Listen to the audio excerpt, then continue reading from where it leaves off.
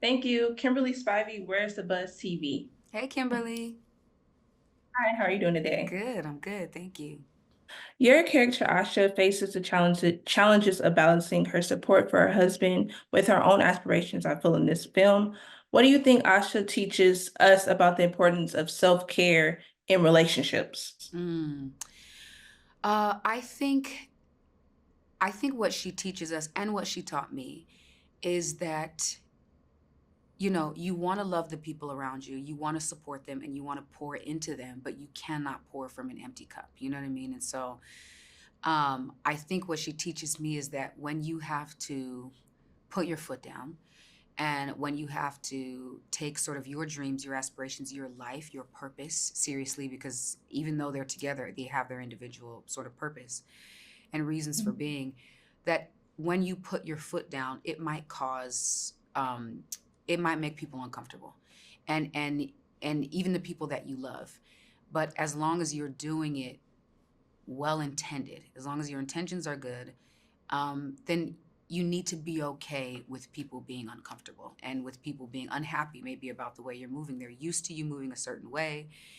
And when it does not work for you, it's not sort of aligned with your purpose, then you have to change that. And sometimes people don't like it, but that's okay. You know what I mean? It's not that you offended them or that they're hurt. They will, not only will they get over it, they will hopefully will help them in their own journey, to make sure that they're carving out the space to do that as well. So she taught me that, even just playing her, she taught me that. It's like, that's her husband and he's going through this very traumatic thing, and that's her child, but she still needs to carve out space when she says it's my turn. And so I think that's important for us, particularly as Black women, to do. How do you believe art can serve as a vehicle for personal growth and healing in relationships? mm. I think that I think art is of any kind. I look at, art, an actual canvas. I look at music as a canvas. I look at even acting as a canvas.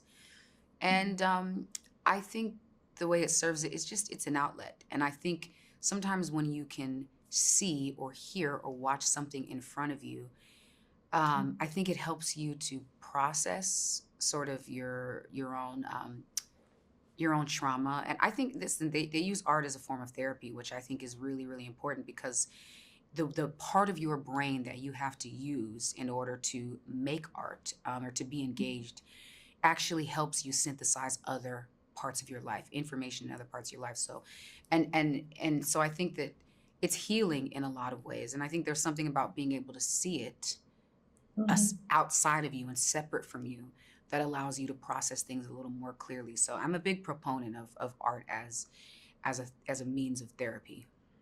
Working alongside Titus, who is not only a director but an amazing artist, how did Right. the collaboration process enhance your understanding of the intersection between music and visual art? Mm.